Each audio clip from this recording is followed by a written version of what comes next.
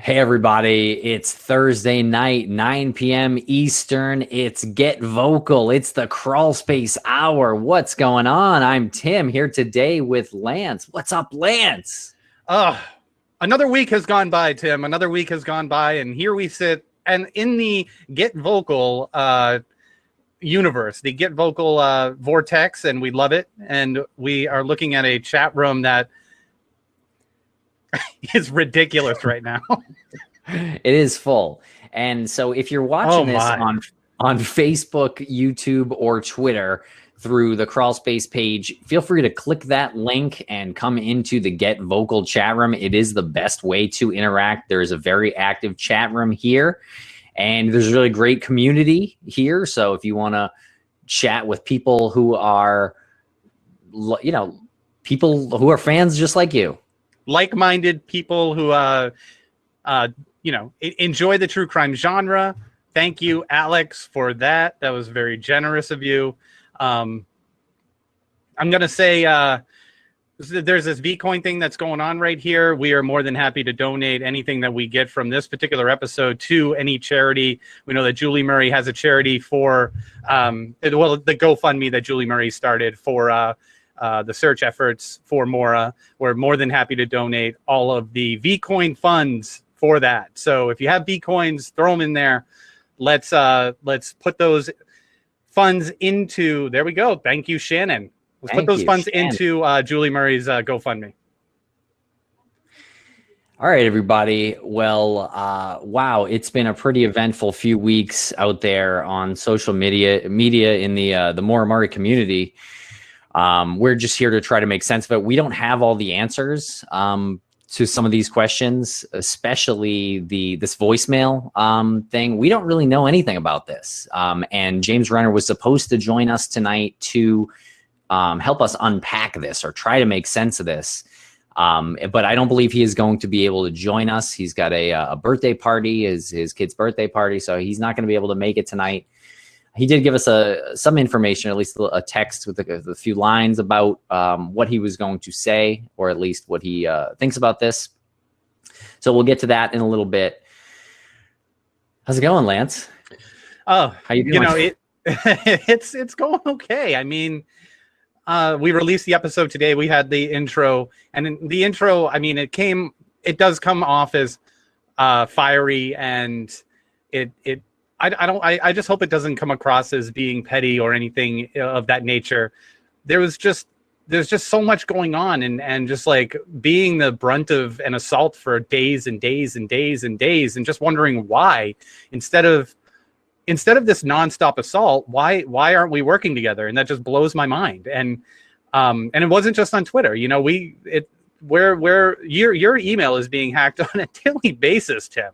What is happening? You know, and not actually hacked, for the record. Well, no, okay, I'm sorry. Your email has had hack attempts on a daily basis, yeah. And you don't know if that's like something that is related to this, but it always seems to work out with the timing. So I don't know. I just like it turns my stomach to see things happening like this, and I don't know why it has to go public. Like, we could solve these things if amongst ourselves, and once again we find ourselves here. Mm-hmm. Anywho, okay. Well, we'll get into some of that in a little bit. Do you want to just go over a little bit of the timeline, and then sure, let's go over a little bit of the timeline. If I just want to say one more time, there's the Vcoin feature here. If you have Vcoins, we will be donating all of what you donate, all of what you give via Vcoin to the GoFundMe that Julie Murray started. And once we cash that out, then we will make that donation. And also, yeah, this is the best place to interact. So I don't know when we're going to open up these other two squares here, but probably we'll talk for a little bit, and then we'll open up the squares. Yeah, we'll talk for a little bit, and then we'll open up the squares. Prosecutors podcast is here, I know. I'm not sure who else is here in the chat room. It's large tonight, so thank you very much for tuning in. Yeah, we don't have all the answers. Just want to start by saying that. We surely don't. But we have been working on the Maura Murray case with the podcast Missing Maura Murray for almost 5 years now. Actually, it's almost exactly 5 years, Lance. And so Maura Murray went missing on February 9th, 2004 in North Haverhill, New Hampshire. Right about 7:27, her car spun out. She was driving a 1996 black Saturn on Route 112. And this isn't exactly the most rural route, Lance. I think when people start talking about this story, they immediately say, oh, White Mountains, so rural. And it's not, I mean, it is to city folk, but it's not the most rural area in that area. And you know, there were houses there. There were witnesses who saw her car spin out. Exactly. Sorry, I was just thanking Sarah Turney. Just popped in with 1,000 V coins. What? Yeah, I think that translates to $1 million. So thank you. That's amazing. Thank you, Sarah. But, wow. Yeah. So a little bit of detail on that. It's not the most I'm sure everyone here knows the details, but that road, Route 112, is the cut between, or the go between the two highways there. And if you were cutting through the mountains, that's where you're going. If you were to reach a destination that cuts through the mountains, the Kangamangas Highway and the White Mountains National Reserve, I can't is there.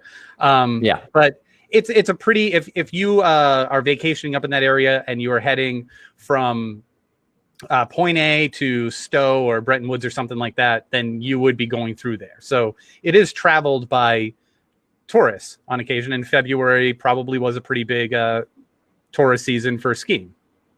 Right. Yeah, usually is in that area. It's obviously a big ski area, being up there in the mountains. So yeah, it's a weird thing that she went missing on that road, because it's sort of a locally traveled road. I mean, if you're not a local, the only reason you're there is if you're vacationing, you'd say, right? I'd say so. Okay. Yeah, I don't think you'd probably find yourself there just per chance. But I don't think we've said a shout out to Julie Murray, who is in, if this is the Julie Murray, she is in the chat room now, and I'm assuming that it is Maura Murray's sister. Julie, great. Hello. And yeah, if you want to hop on, we will open this up momentarily after we get through, some details. Yes. Okay. Yeah, I mean, I don't have too many more details to go over, because that is a lot of the story starts before that. And then after that, you're talking investigation, and I don't know what. I don't know what to say. I don't know. Yeah, I mean, you want to open up the windows? Let's open it up. Yeah. All right. Grab a spot. Okay. And people are watching out there on Twitter. If you're watching on Twitter, that's awesome. But click the link to join here, because this is where you can interact. It's kind of tough for Tim and I to look at the Twitter notifications and respond to you there or on Facebook. So if you want to actually interact, it's easier for us here in this chat room. Hey, it is Brett from the Prosecutors Podcast. How's it going? Hey guys, it's going great. How are y'all? Doing great. Hey, I'm doing well. Thank you guys for inviting us on. Yeah, of course. Anytime. You are exactly how I pictured you to look. Is that a compliment? I don't know. I say you said you didn't want to do video, so I don't know what I was picturing. Well, I told these guys that, Alice is beautiful, but I have a face for radio. So, but whatever, it's fine. Happy to be here. Yeah, Alice is actually working on the case tonight, so she couldn't be here. But wait, is that Alice in the room here? Is that Alice over there? Alice is not here. Oh, okay. Alice is not here. There's another Alice. Okay. Another Alice. So, but she sends her regards and her regrets. So. Well, you guys did a great job covering the case recently. Sorry, Lance, I step on your joke. Yeah, I gotta. I've muted myself. Well, Brett, yeah. Oh, go ahead. No, I was just going to say, tell us a little bit about your coverage of Maura Murray and what that experience was like. Yeah, it was a case we definitely wanted to do. I've been listening to you guys since I guess you got started, read James Renner's book on Maura Murray, and I don't think you can do a true crime podcast without doing Maura Murray, and we thought we could bring a perspective that maybe other people didn't have with our experience sort of in the prosecuting world. So it was something we wanted to do. We wanted to stick to the facts. We wanted to avoid the drama. We learned very quickly it's impossible to avoid the drama. But I hope it was helpful for people. I hope people enjoyed it. I hope it didn't screw too many things up. Yeah, I don't think it screwed anything up. I thought I found it entertaining and informative. Yeah, and I just want to say one thing about this latest bit of information. Like you said, there's so many questions. We don't really know a whole lot about it right now. I would love to hear from James more, but I think I'm glad people are learning new information, and I want new information to come out, but it doesn't seem like this is new information. It seems like this is information that a lot of people, maybe not a lot of people, but some people have known for a very long time, and compartmentalized information in an investigation like this is bad. All this information needs to be out there. If there's more information that people know that they're sort of keeping to themselves for some reason, they need to get that out there, because I really believe in the wisdom of the crowd. And unless we have that, and unless all these folks here in the chat room can think about this and look at this, I don't think we're going to get anywhere in this case. And we talk about FOIA, and we talked about FOIA and why that's so important and why the family wants access to the information. It's for this very reason. But we shouldn't be hiding information from each other. And I don't know if you previously said this, but you have the Prosecutors Podcast, and it's not just arbitrarily called the Prosecutors Podcast. You and Alice are actual prosecutors. Is that correct? That's right. Yeah. Okay. Yeah. Can you give it a quick background for yourself, so people, because you might start throwing out some legal terms and things that are going to fly over my head. So I just want people to know that you don't have like a thesaurus right there in front of you. Yeah, and if we do that, or if I do that, let me know. I'll explain anything. No, because then I'll be stopping you every single sentence. So Alice and I, we've known each other for a while. We've worked actually in several different jobs together. Most recently as prosecutors, we actually share a wall at our office. Both went to law school a long time ago, done a lot of different things, seen the law from a lot of different angles, and thought we could bring all that to bear on these cases, because I listen to a lot of true crime. And people, sometimes you listen to a podcast and the podcast host will ask a question. I'm thinking, I know the answer to that question. I wish I could let them know or whatnot. And so Alice and I we talked about this stuff all the time. And finally we said, hey, we're in the middle of a pandemic. Let's just start a podcast. And that's basically how this got started. This is a consequence of COVID. So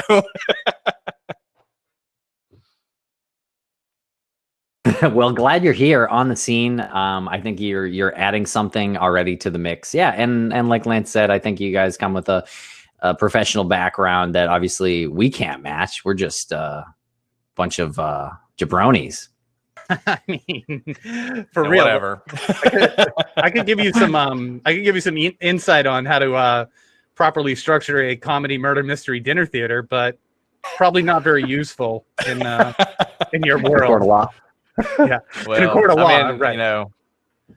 I wish we knew half the stuff you guys know about this case. I think the podcast would have been even better if we had. Well, when we spoke, I think it was last week, one of the first things that I wanted to tell you was it was so refreshing to hear that point of view, that you and Alice put out there in such a well-spoken, structured, articulate way, because sometimes I'm not very articulate, and sometimes I hear other shows talk about other cases and they're not very articulate with the information that they're delivering.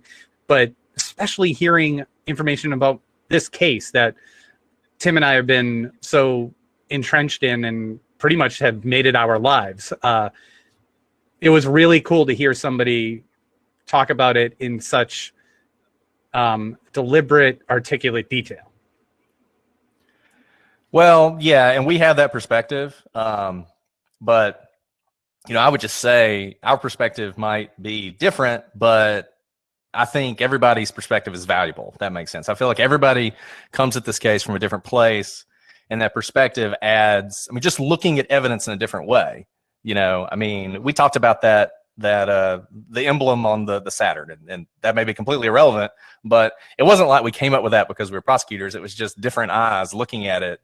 And my wife happened to drive a Saturn, right? So I think that's why the more people we can get involved, and the more people who are learning about this case, and the more welcoming the community, the more likely we are to actually reach some sort of conclusion.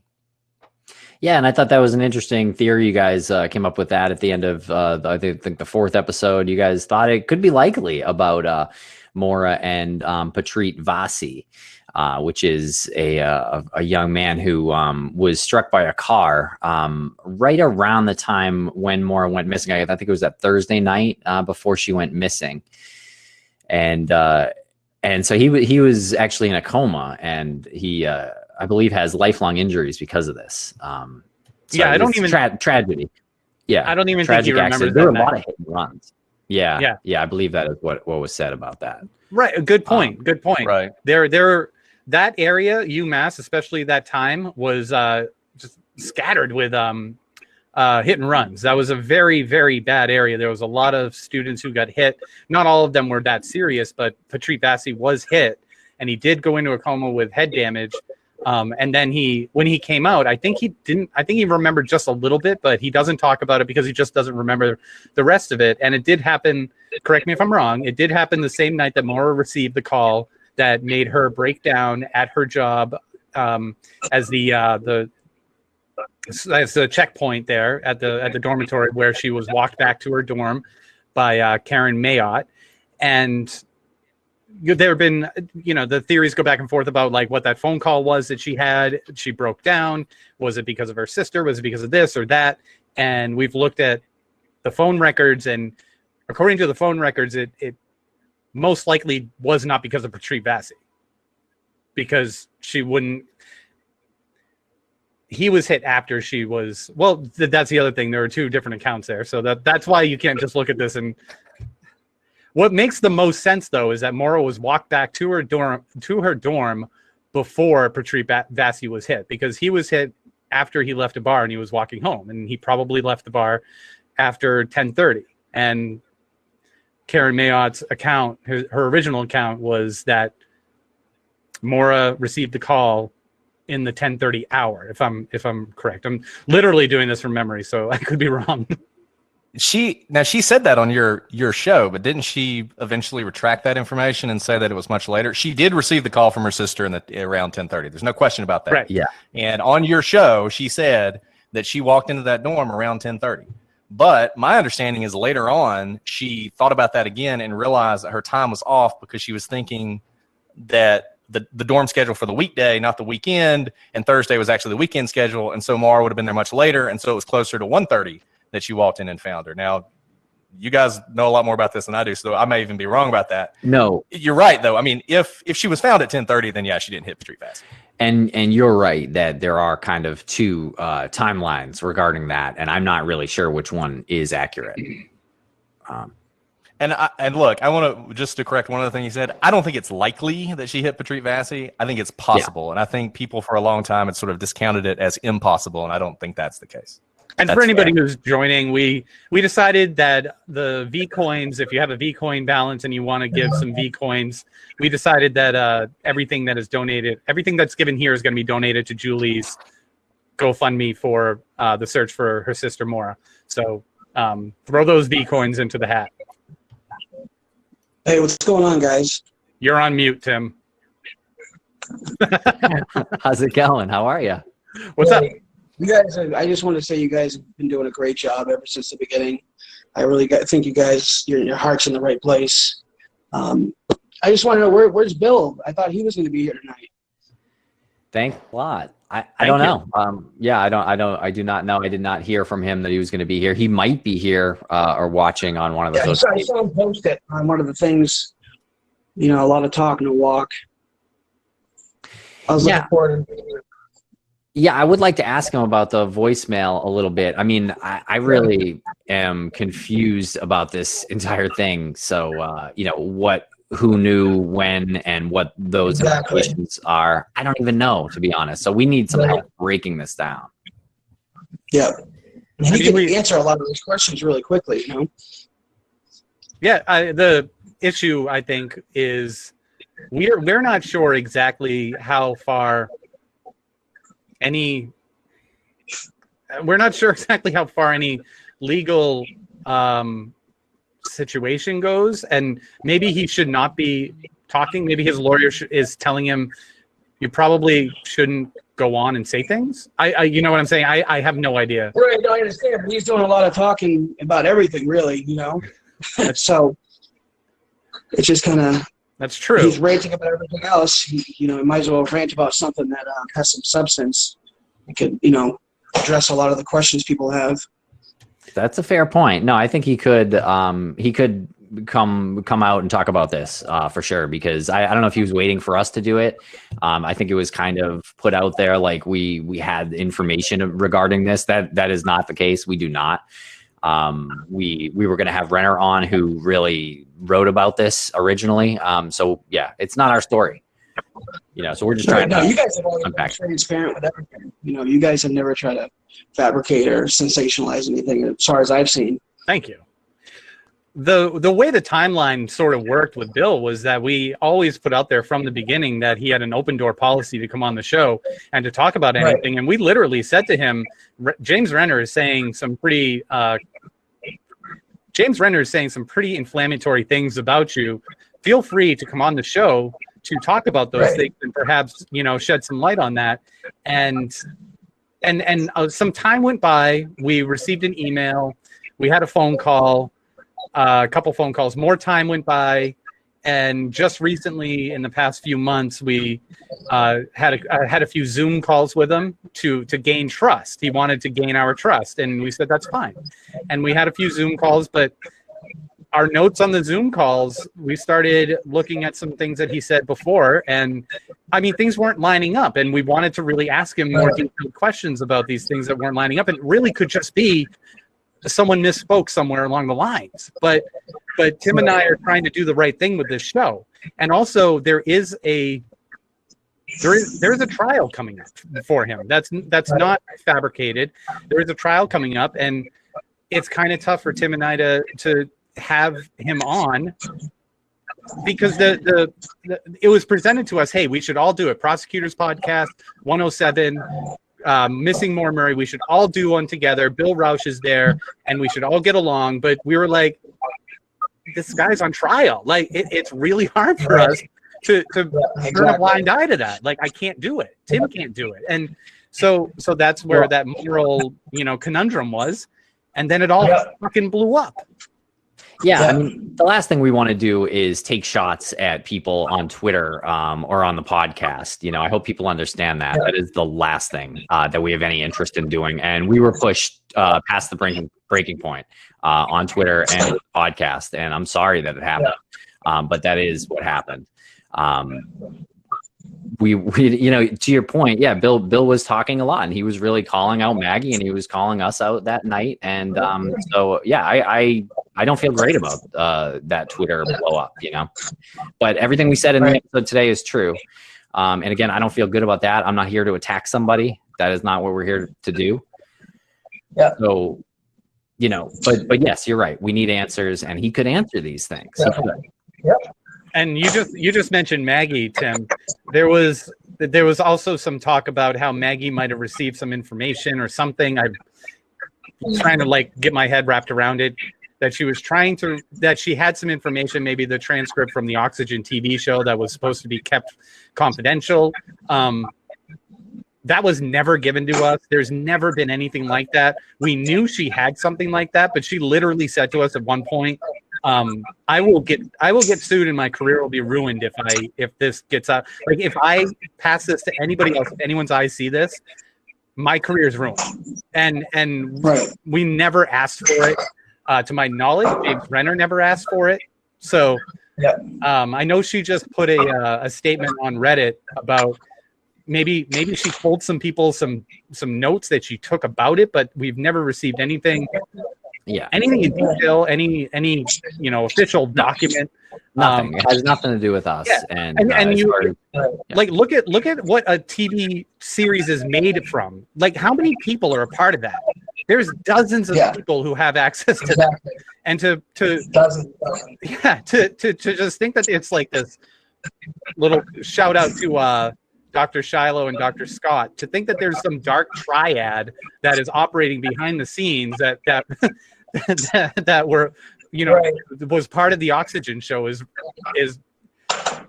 kind of all right. I'm muting myself again. I'm going on too far. All right. Well, do you want to go through these points as they happened chronologically? Hold on. Yeah. Armchair Detective is in the chat room. We're not talking about David Aldridge, for God's sake. Relax, dude. Email us separately again. Yeah, and we might as well take the time to respond to him here. That stuff has been out for a long time. He has emailed a few times about that, but that's been out there for years. But yeah, feel free to email Armchair. Okay, so I guess Renner's blog post is what started this, right? Is what started the sort of confusion regarding this voicemail. And when I say confusion, like I'm genuinely confused with this, not exaggerating. So no one knows exactly what was on the voicemail, right? There's been no confirmation of what was actually said. Yeah, I've not heard anything. Okay, are we talking about the voicemail that was left for Bill when he went through security, the Red Cross voicemail? No. I'm talking about the voicemails that they listened to when she was missing. Does anybody know what's on those? Okay. No, not that I know of. Absolutely not. I don't know. So just looking at Renner's blog here. So, and Maggie I believe Maggie is available to hop on video. So we may. All right, I'll jump off, guys. Okay. I just want to let you guys know you're doing a great job. Okay. Thanks a lot. Really appreciate it. Really appreciate it. Really appreciate the questions. Thanks a lot. Okay. So let's get Maggie on here. So let's start this with the Renner blog post, and then we'll go through the Murray statement, and then we'll talk about Maggie's response here real quick and try to make sense of what's going on. So Renner says that one thing that came out is that Billy was allegedly able to access Maura Murray's voicemail and listen to a message from Kate Markopoulos to Maura that revealed Maura had cheated on him over the weekend. And here's a quote. There was a message from Kate, and it says the story, according to Bill, with the information from Kate, is that Saturday after they dropped off Fred, they were out together. The girls went out. Kate and Maura had some drinks. Kate is saying they met 3 new guys who did not go to UMass and were from the area. Apparently, they were all talking then, and at one point, Maura and one of the guys were gone. Bill asked Kate about this because one of Maura's voicemails was from Kate asking what was up with Bill and what happened with the guy the other night. That guy the other night. Okay. Yeah, I don't even know like where that's from. I'm so confused by everything. But Maggie Freelink's here. What's up, Maggie? Hi, hello, How you I'm doing? here. Hi, Brett. I did not haircut? expect you to look like this. Oh no, I literally just got out of the shower. I was not expecting to be on video at all. I was like, maybe I can get rid of video. Hi guys, hi everyone. What's up? Yeah, so I just figured I'd hop in since I've talked with all of you guys about this. Yeah, I've always been really open with the transcripts. I know Dave Haas, who's in here, has always asked me about them. And a lot of people, yeah, I mean, the only thing is Oxygen owns any property. So they own videos. I know people have asked for it. I guess it's NBC or Oxygen. I don't know exactly who owns what. I would assume NBC, blanket company. But yeah, I don't have rights to any of that. I have it. It's my work. I did it. I worked this case for 2 years. I did all of the interviews, so I know what's in the transcripts, but I can't give them to anybody. And, I know Julie has asked for them from Oxygen is where I directed her. Unfortunately, they won't give it to her. They own them. I can't do anything about that. I have always said if anyone wants to ask me a question, I can Control F. I can search. I could scroll through, try and remember which interview it was, where it was. So, what I had said about Renner's post is that, he asked me to find something. I found it, and it was about this Bill call. So that came from transcripts. That was some documents Art and I were looking through. Yeah, I just read to him, I said, hey, look, these are Art and I, this is what I found. Art and I were looking through some case files from Maura's friends, Kate and Liz, not her Kate Markopoulos, her friend Kate and Liz from high school. They were in the documentary, I think. I can't remember. I think their interview I did with them made it to the documentary. But they gave us basically just like giant boxes of stuff, and we were sifting through for hours. And this one transcript is Art and I sifting through, and we came across this one document that said the quote that Renner reported, that there was, they wrote the week of, this was the week of, they had taken some notes. They were doing their own investigation as good friends looking for their missing friend. And that was that. And so, however Renner chose to portray it. And then I also want to address the three guys, as I mentioned in my post. When we came across that, of course, we looked into that. That would have been amazing to have a new lead in the case. Like I said, the documentary would have been much better, less psychics, more investigating. But as soon as we went to the New Hampshire State Police and said, hey, look, we just found out there are these guys at the party. Maura was off with one of them. Did you look into this? Did you know about this? It seemed Kate Markopoulos did know about this. They said, yes, they found the guys. They knew who it was. The one guy Maura was with was from Boston. Alibi. We were like, okay, cool. We're going to not really dive into that. It seems like the police don't really think anything of that. And I called Art today and confirmed, yes, my memory is correct. That is what happened. And he's currently looking for the original document from Liz and Kate. That is their case file, which is exactly what they called it. That I can, we can look at and see, did it have a time? When did Bill check, the voicemail? If he did check the voicemail, this is just what we read on their documents. Okay. Interesting. I'd love to say that made things clear in my head. It made things clearer on how you had the information, but man, I mean, can I ask a question? Oh, please. Yeah. It seems like while we may not have known about this, that the Murrays did. Is that accurate? Like they have heard this voicemail. I don't know that. Julie's here. I mean, I think she could say that. I do know that Fred knew Maura was with this guy.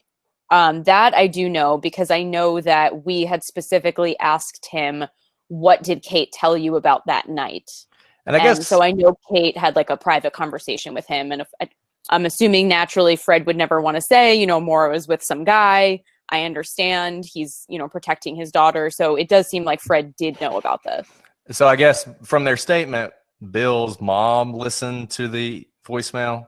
Is that it seems like that's what the Murrays are saying. I don't know. Yeah. I don't know who listened to what voicemail. See, this goes back to what I was saying earlier. I know all the dramas about who let who see transcripts and what did Maggie Control F and who was doing what. But for me, if there are things that Fred or whoever is keeping from the community because he doesn't want his daughter to look bad, and I totally get that. I mean, I'm a dad. I would want to protect my daughter too. But if the most important thing is finding Maura, I just don't think you can do that. I think, you can't decide. Fred can't decide what's important. He can't look at this objectively. And I think in the balance between protecting Maura and finding out what happened to Maura, has to win. So I just wonder, and the thing that this made me wonder was, is there more stuff that the family or Bill or Bill's mom or somebody knows that we don't know, that if we did know, some of these smart people who follow this case religiously might be able to figure something out about? Well, I will say there is a lot of stuff we came across that to not upset anybody, we didn't publish. We tried to keep it pretty PG. Well, I mean, not to interrupt, but I'm sure that happens for every single production that's done on every missing person or every cold case, because, I mean, no one's a friggin' saint, right? I mean, there's going to be something that comes up. Of course. And that's the thing. We can't, we decided, in this particular documentary, like I said, we were really just trying, this was the first chance to get an actual national audience on this in the form of a true crime documentary, 6-part series. It hadn't been done yet. We wanted people to come in this case, and we know it brought people into this case for sure. A lot of people to the case. And that's what we were trying to do. We didn't go into it thinking we were going to solve it. I don't think we thought that. I mean, at some point, maybe we got a little naive and thought maybe we would do that. So we did decide, what information is going to be in it. Does when the police tell us this guy has nothing to do with it, does it make sense to add in, oh, she was cheating on Bill? If she did, it's unclear whether she actually did be with this guy or not. We just know she went off with a guy. is that worth it to put in a national documentary, go down that rabbit hole when the police said this guy has nothing to do with it? I wasn't my decision. The producers made that decision. So I guess if the police said that these guys have nothing to do with it, right? yeah, I called Art this morning and checked with him again. He said, yeah, we tracked that down. I do remember the guy was from Boston. I know that because we kept trying to think, maybe they were from New Hampshire. I remember we did look into these guys, and the police were like, don't waste your resources. And Julie Murray just said in the chat there, to clear up, my father did not and still does not know who the three men in question are. He's never spoken to any of the three men. Armchair, if you keep acting up, I swear to God. I'm rude to you because you call me an idiot and an asshole any chance you get. Who is that guy? Okay, sorry. Okay, so yeah, that's really compelling then. Then Fred and the Murrays do not know who these men are, I guess. I don't know if anyone knows who they are, but I know Kate told Fred that she was with a guy. So I don't know if Kate or Maura even knew. I think I went to UMass. We all just go off with random people. It doesn't mean you know the person. I think they were visiting, clearly. The guy, I think he was visiting from Boston. So I think that's what it was. They were just visiting. Yeah. Now, is one of these people the cousin, or is that a completely different set of people? Yeah, I don't remember. I think this could have been the cousin. It was a dorm party. It's crazy. I looked into this all 3-4 years ago now at this point. So I just know what I was reading in the transcripts. I was asked to Control F, look for something. I read verbatim. So that's why I said I know what Renner wrote is factual. I remember reading these documents. What they mean, I don't know.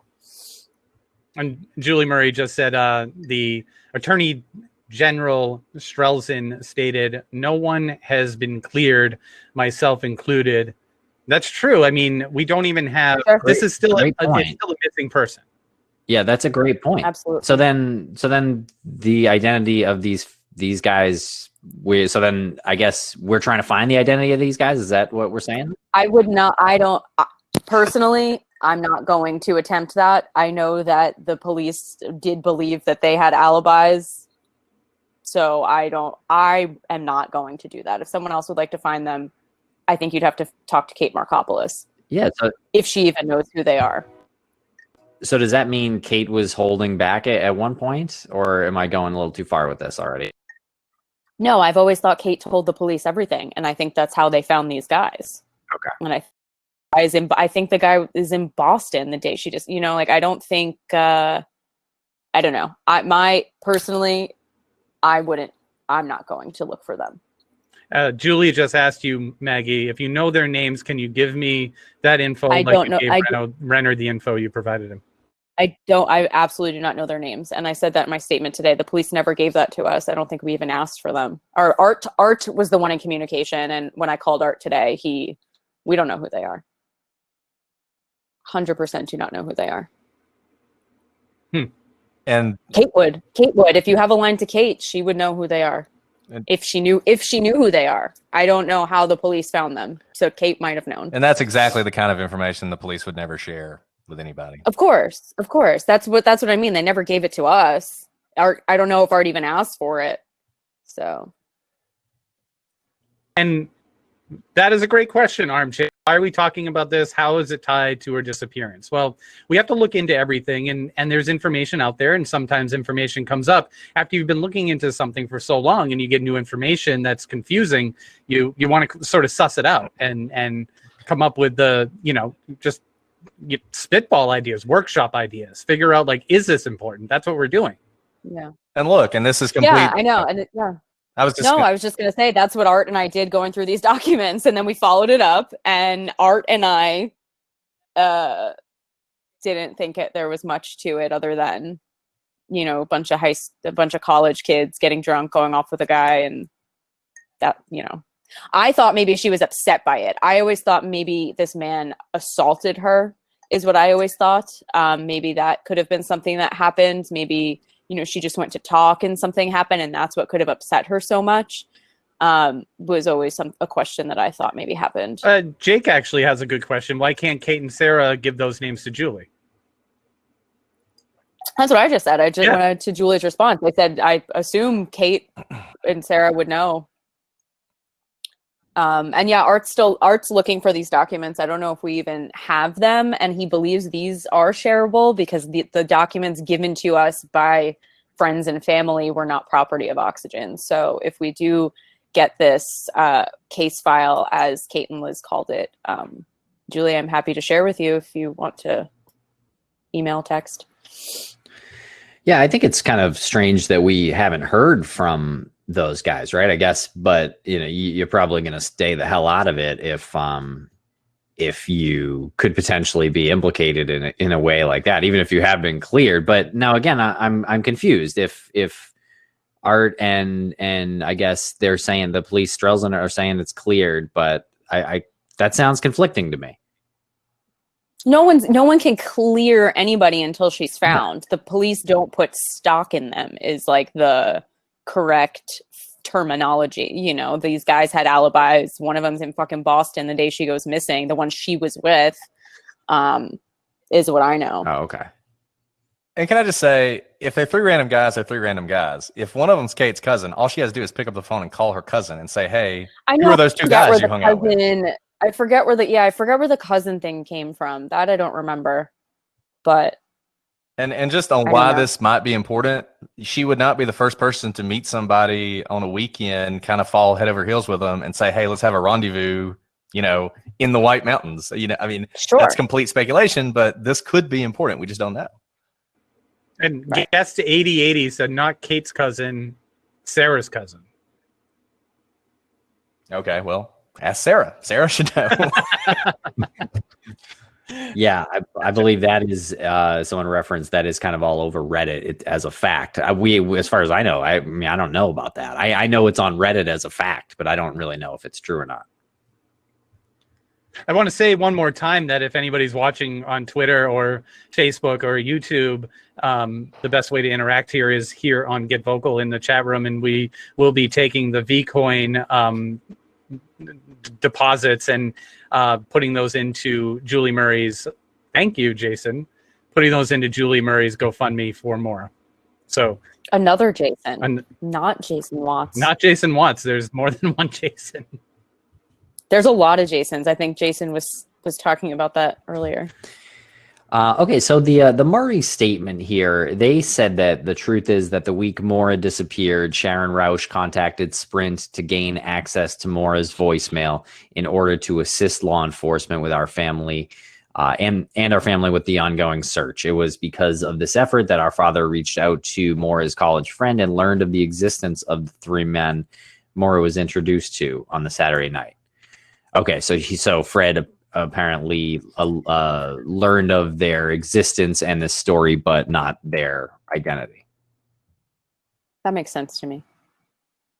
Okay, but who did he hear the story from then? If it's Sarah and her cousin, how would that? I think Kate, because I remember asking Fred, what did Kate tell you? We all knew Kate told Fred talked to Kate. And when I had my 5-hour interview with Fred, it was certainly one of the things I asked him. What did Kate tell you? Sorry, go on.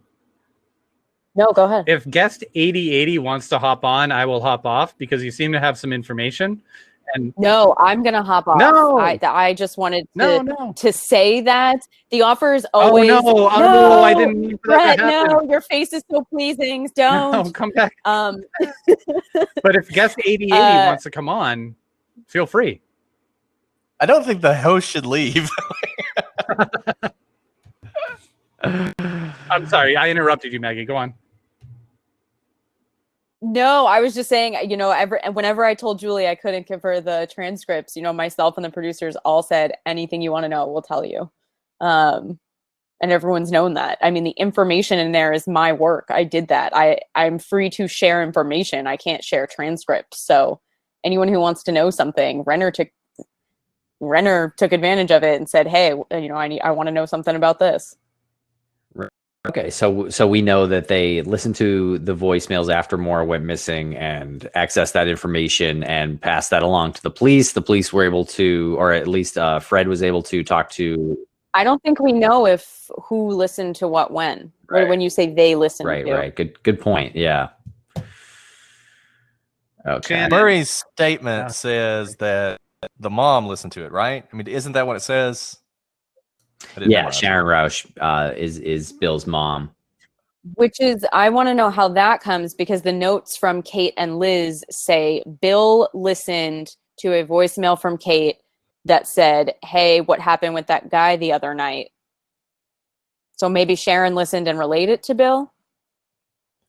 But Bill heard this voicemail. I mean, according to the friend's notes, Bill was aware of this voicemail that said, hey, what happened with that guy the other So night? I think the best sort of, pro Bill, that's dangerous to even say, way to look at this would be Maura disappears, she listens to it, Bill listens to it, and he just hasn't shared it and doesn't want to share it for the same reason that Fred doesn't want to share it, because he doesn't want to make Maura look bad. It's fair. Yeah. I know that's why Fred didn't want to talk about it, and Fred said that. And that's fair. It's your daughter. You're not going to want to put that on national TV. We didn't put it on national TV. We did not put this on national TV. But now if we were to find out somehow that he had access before she went missing, that's a bigger story. But obviously we don't know that. That's definitely a different That's story. a much different story. Oh, Jake's got a paragraph there. Jake, do you want to hop on? I don't care. I'll hop off. Do you want to hop on? I would. Off, Lance. Who's Jake? I'm gonna hop Can on. I just How do say- I get out? Leave me I just click Sarah claiming that she slept through this whole party is the most absurd thing I've ever heard in my entire life. That's the least believable thing in this entire case. Yeah, I mean, maybe she went off with someone too, and just wasn't there for anything. Who knows? I don't know. But, yeah, it is weird, that, I mean, we've been talking about this party or whatever for years now. And Sarah's a weird character. She always falls off the radar. Everyone talks about Kate. What about Sarah? right. Okay. And I forget it. I forget, Julie, if you've tried to reach out to them, but it's just so strange that these people will not speak to you. Is that what the situation is? That they won't speak to Julie? I don't think they have. I don't think they've spoken to Julie. Julie says Bill's mom was the account holder, so she had to request access before they listened to the voicemail with law enforcement. And we know Bill has told us that they printed out their phone records via the same way and provided them to the police while the police were waiting for the subpoena. So he wanted to be clear with that. And in fairness, that's true. Yeah. So one thing I remember from way back in the day and cell phones before some of the people on this chat were even alive, is you could, in addition to listening to the voicemails on your phone, there was a number you could call. It was like star 86 or something. You dial star 86 and it asked for your account number, and your account number was your phone number. And you type in your phone number and then it would ask for your password and you could listen to your voicemails. So while I'm sure it's true that his mother had to go to Sprint to listen to these voicemails, I don't think that necessarily means that Bill would not have been able to access it if he knew Maura's password. Who knows if he knew that? Yeah. And then how would we know if it was a new voicemail or not, or had been listened to, right? I feel like there might be no way for us to know that at this point, Now, I'll say this. Yeah. The fact that he was on the phone with Kate the next day is always struck me as strange. I said it was strange when we talked about the podcast. I mean, maybe I'm weird, but that's why I personally believe, I think he heard this voicemail and called Kate and was like, what the fuck is this about? And that's how the notes made it seem, that he was aware of this and called Kate and said, what guy was she off with? Potentially. And only Bill can answer this. He's always said he never knew Maura cheated on him. So we don't know. Yeah, you guys brought up a really interesting point, Brett, in one of your episodes where you were going through some phone records I think you were going through Maura's actions before she left for the White Mountains. And she had actually, her and Bill spoke on the phone after the accident with the Toyota. And that was a couple of calls, I think a 15-minute and then a 5 or something. And then, so that was the last time that Bill and Maura spoke. Bill had tried to reach Maura a few times. They hadn't connected in I want to say a day and a half or something like that. And then she called him back, and he was apparently on the other line with Kate Markopoulos and didn't click over. And then he immediately called her back, I think 4 times in a row. I may be wrong about the exact number. And she didn't answer. She just sent the email, the text message, or whatever. Or I guess the whole like, love you, stud. Or maybe that was an email. I don't know. That whole interaction to me was weird. Yeah, I'll have to look at the records again. I am not really quite sure about it, but yeah, that seemed like that could be an interesting moment, because it does seem like that she made a decision at some point during those minutes, right? She was searching for where to go, and then all of a sudden she was taking money out of the ATM and buying liquor and going. So and she didn't book anything. We know that. So what happened in that time to make her decide, I'm now going, and not only I'm going, I have a destination to go. So I wonder if someone knocked on her dorm door or called her dorm phone, and we don't know about that. The other thing I always found interesting, and I talked about this in my interview with Erin Murphy, her friend that she dropped off her clothes to. When I talked to Erin, I also don't remember if this was in the documentary, but she would have been the last person to see Maura if she had answered the door. And Erin always felt really kind of distraught about that. Maura knocked on the door, and then Erin didn't get up from her bed, and when she went, the clothes were out there.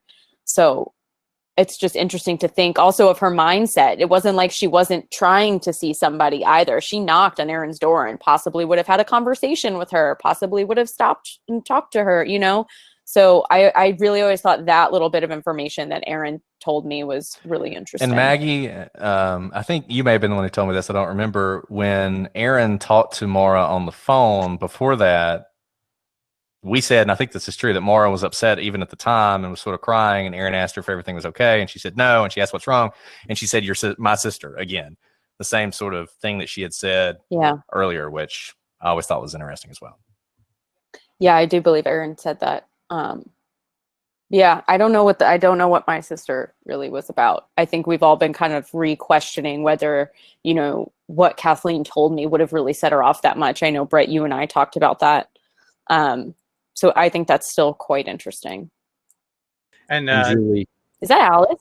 oh, there's Marty here Alice. in the chat room says, my dad was not informed about these men further than what he has said, and he wants to talk to them still to this day. Yeah, and she loves your work. Julie, did the police inform him, or was it just from her friends? I'm curious if the police mentioned it to you guys at all.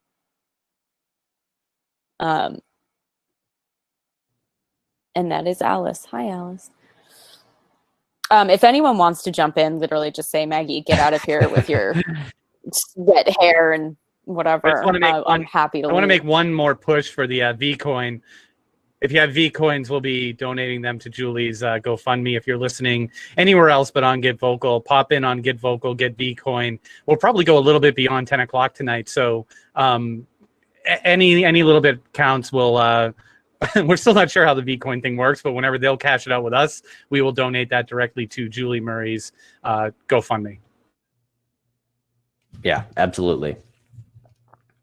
Okay, well, we only really have a few minutes left anyway, but this has been a good conversation. I really appreciate everyone joining us here today. We're trying to unpack this, make sense of the latest news in the case. I mean, I don't know. You know, it's really hard to say what's news sometimes and what isn't. What, you know, you really have to kind of hone in on what the important details of these new blog posts, these new podcasts, all these things are, you know.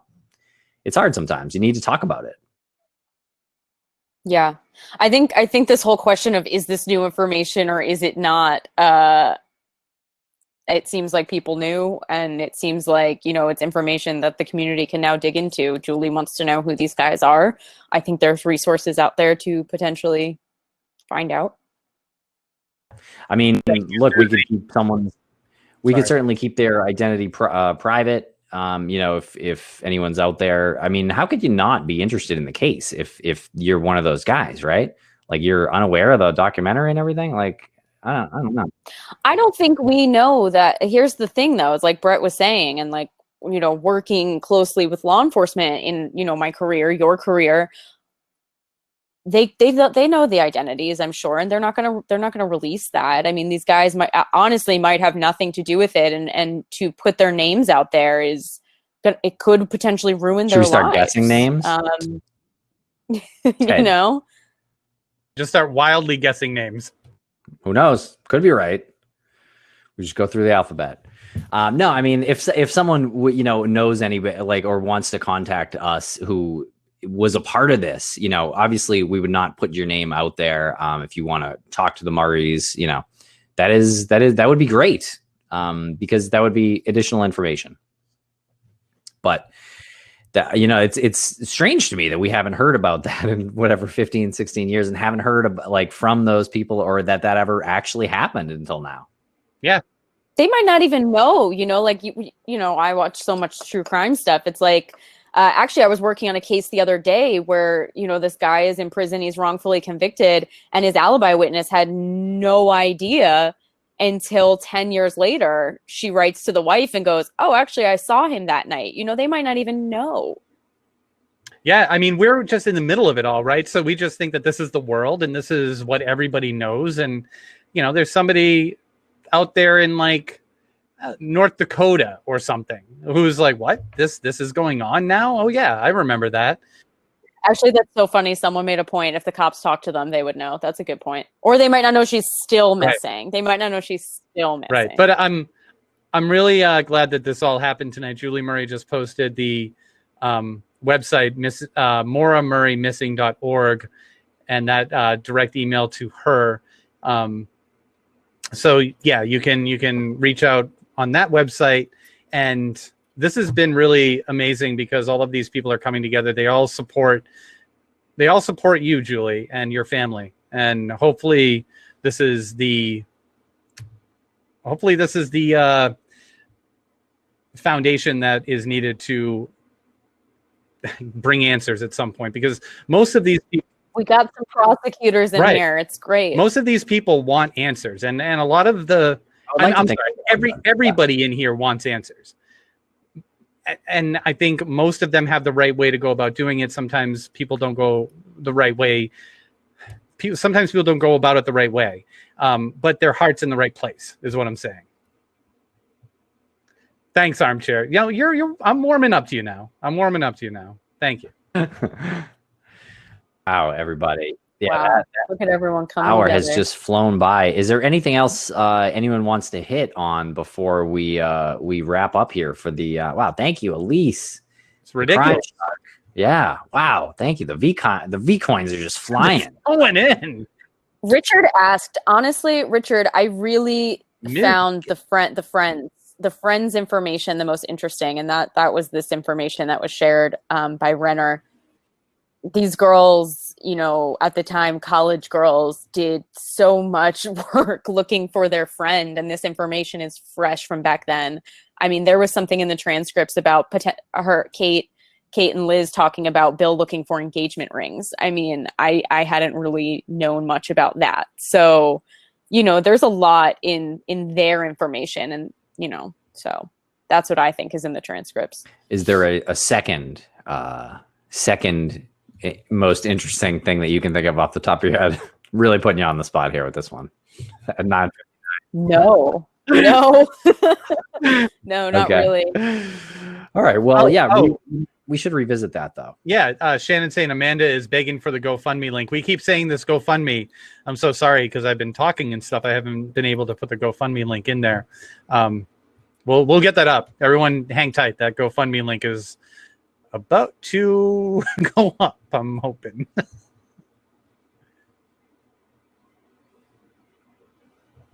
But really, we answered that about Cecil, though. And again, we didn't put that in the documentary because we didn't want to put his personal life on blast again.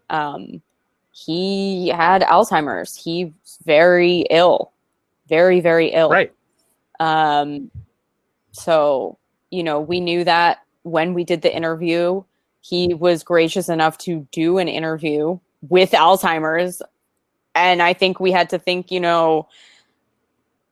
this guy might not even know what he's saying. I don't know. He has Alzheimer's. It was definitely a precarious situation, and that's why Strelzin and Chuck, I believe, sat in on it. Yeah, and the fact that he was turned into something that he shouldn't have been turned into is really upsetting. When that happened, he committed suicide. He shot himself, and yeah, it's incredibly tragic, and really, really heart-wrenching and infuriating to think that people would put online that he might have killed himself because he knew something about this. The guy was tortured because he didn't know anything about this, because he didn't take it as seriously as he should have taken it. And he wouldn't have known to take it as seriously, because when does that ever happen up there? So he wasn't being an alarmist when he found the car. He was just dealing with the situation that he's probably dealt with a few times in the past. And this one just turned into something that he had no idea was going to turn into, on top of the fact that he's got early onset Alzheimer's that rapidly developed into him shooting himself twice. Like, not a good situation. And anyone who went online or went to the public and said that this could have been a reason, he had something to do with it and they were closing in, that's fucking bad, because nothing happened. Like, no one closed in on him, but people got impulsive and they went online and they said, this is it, because they wanted their thing to be right. Yeah, I think the good point is Armchair says he killed himself a few hours after asking to be on my podcast. Imagine being the first person on the scene, and for 15, 16 years, people are continually asking you about something you don't know, and now you have Alzheimer's and you want to just fucking die in peace and you don't know anything about it. Nightmare. Yeah. It's an absolute nightmare. Yeah. If he had just not been on duty that night, he wouldn't have had to deal with all this crap for the rest of his life, but he did. Yeah. So yeah. It's really, I just don't think an officer like who's taken an oath turns into a cold-blooded killer all of a sudden, like while they're on duty. You know what I mean? Like, I know just one time. I know, like, Joseph D'Angelo was a cop, and he obviously ended up being the Golden State Killer. So there's something about that personality type that could be, I don't know, potentially prone to that kind of career.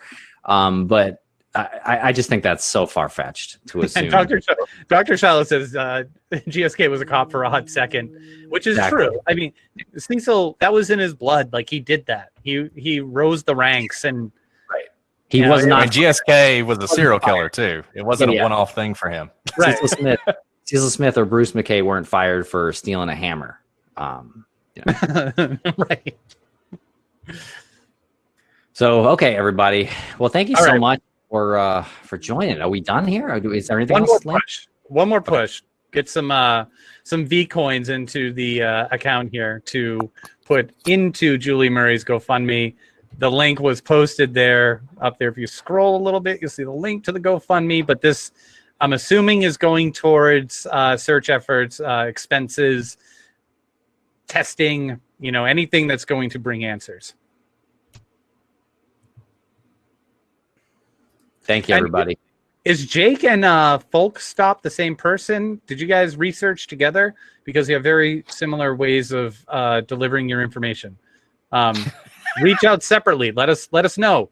One of the biggest problems in this whole thing is that people hold on to information, and then when Tim and I do our show and we deliver misinformation, then we're attacked for that. Like, we don't know what we're talking about, and that creates a big problem. So if you have information, let us know, and then we can all talk about it. Someone asked how Renner knew to ask me what was in the transcripts, because everyone's always known I've had the transcripts. This has been a huge deal for years. Yes, I have transcripts of the show that I did and the interviews that I did. That's fair. All right, everybody. Thank you very much for joining us here tonight on Get Vocal, Maura Murray night. Wow, we did. Thanks, guys. Community coming together. Let's do it, guys. All right, everybody. We can do it. Thank you so much. All right. Take care, all. All right.